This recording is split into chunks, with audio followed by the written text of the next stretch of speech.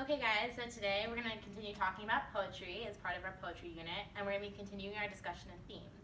So today I brought in 15 by William Safran, which is one of my favorite poems when I was your age. So if you want to start by reading it aloud, if everyone wants to take a stanza. Matt, can you start? Absolutely. South of the bridge on 17th, I found back of the willows one summer day a motorcycle with engine running as it lay on its side, taking over slowly in the high grass. I was 15.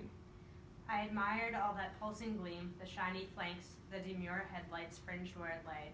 I led it gently to the road and stood with that companion, ready and friendly. I was 15.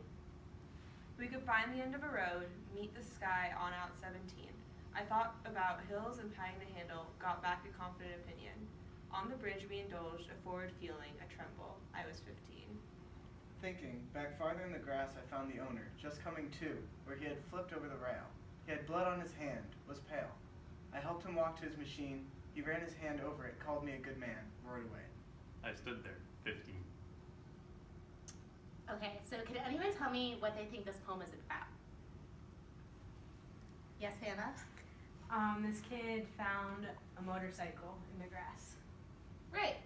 So I think we can all agree that the poem is definitely about the story of the narrator of the poem finding a bike that has crashed recently. And what stands out to you about this poem as being weird or unusual or something that just doesn't seem like something you might read in a newspaper? Yeah, Matt? It repeats a lot, so it ends every stanza with I was 15. Right. So I like how Matt pointed out not only the repetition, but also where in the poem it is.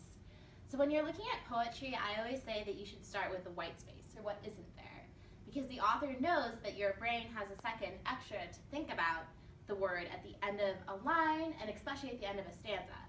So if you look at this poem over and over again at the end of the stanza, he says, I was 15. So that's lingering in our brain for, a millisecond or so before we start again. So we definitely know that being 15 is really important in this poem. Can anyone tell me anywhere else in the poem where they find a mention of age? Yeah, Miranda? At the end of the poem, in the last stanza, it mentions that the guy calls him a man. Interesting. Okay, so we know that he's 15, but this adult calls him a good man. What do you guys think about that? Do you see any connections there? Yeah, Thomas? So, when you're 15 years old, it's kind of hard to distinguish whether you're a man or a teenager. You're kind of in that bridge between that. So it kind of relates to the number 15 as an age. Interesting. Okay, so the narrator of this poem is somewhere between being a man and still being a kid. Can you think of anything else in this poem that might symbolize that feeling of not being quite ready to have full independence yet? Matt? Well, he just found this awesome motorcycle, and it's a really exciting thing that he found, but he's only 15. It's not like he can just ride it around wherever he wants. Yeah, exactly.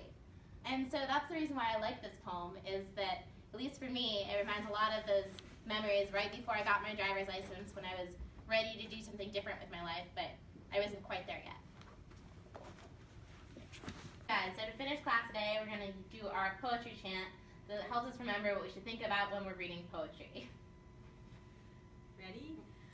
What we look for in poetry is repetition,